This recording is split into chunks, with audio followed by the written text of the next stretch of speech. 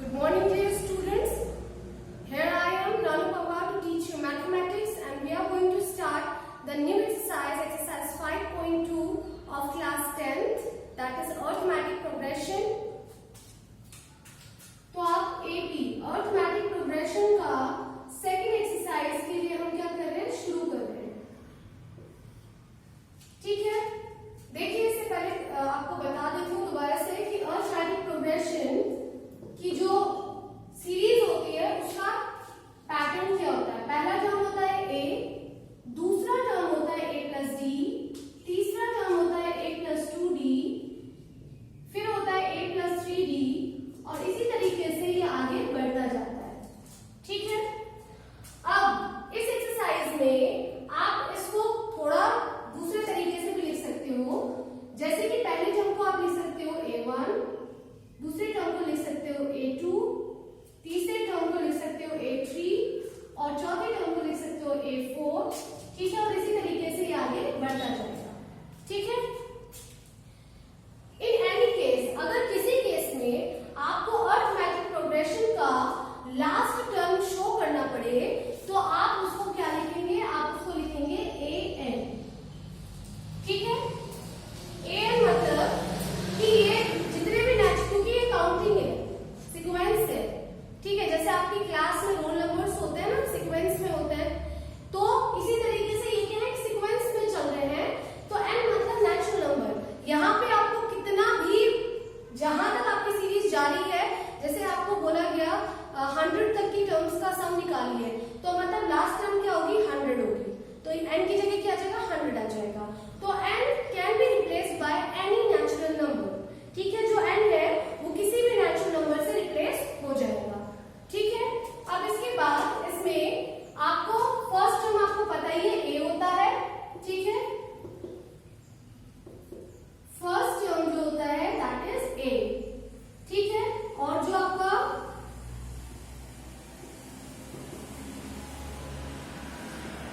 Common difference होता है that is d.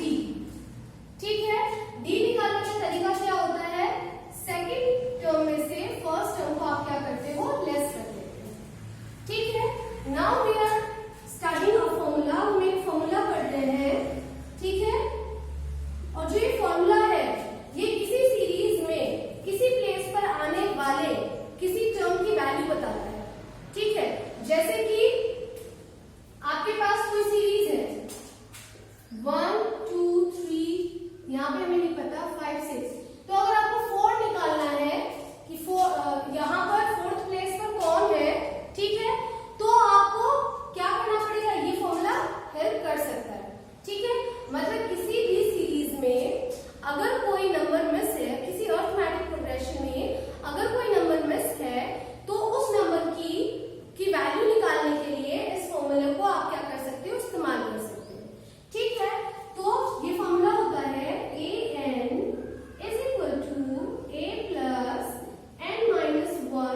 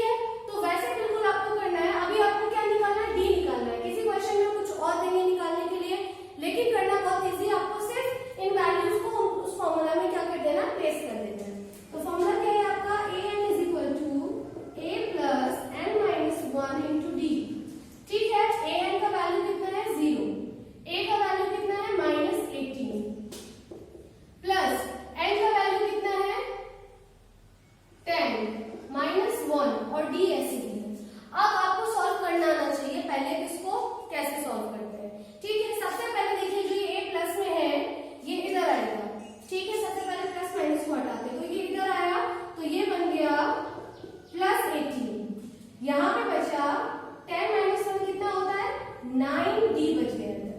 यहाँ पे आ गया था 18, 0 प्लस 18 18 हो गया, ठीक है। और यहाँ पे आ गया 9d। 9d का मतलब क्या है 9 मल्टीप्लाई d, ठीक है। तो d जो है वो 9 के साथ मल्टीप्लाई में है, तो इधर आके क्या करेगा डिवाइड करेगा। तो d इज इक्वल टू क्या आ गया 18/9।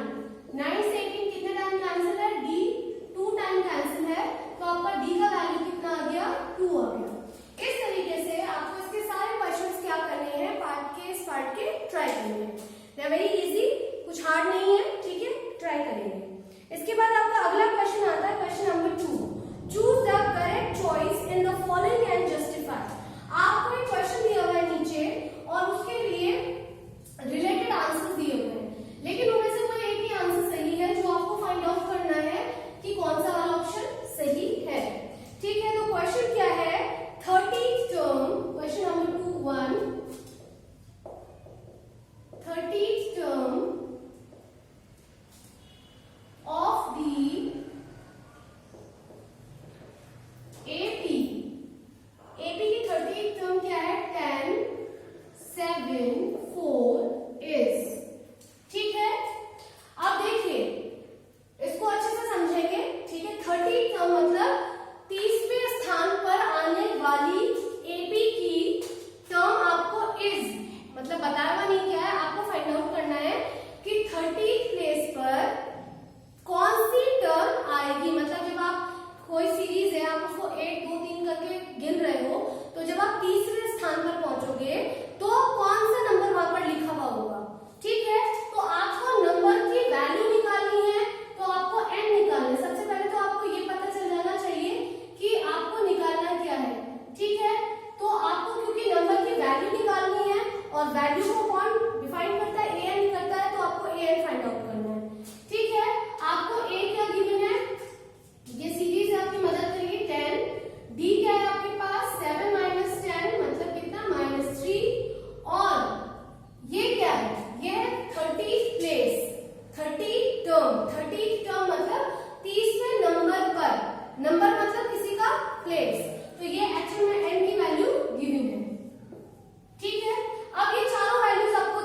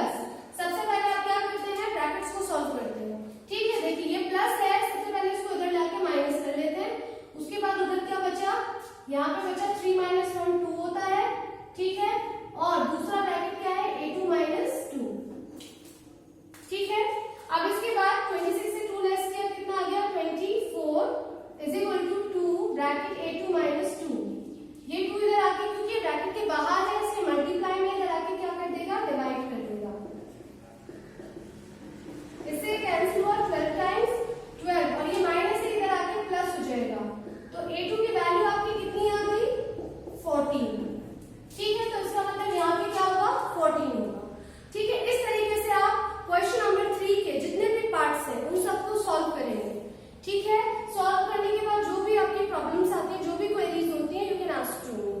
This is enough for today. Thank you so much.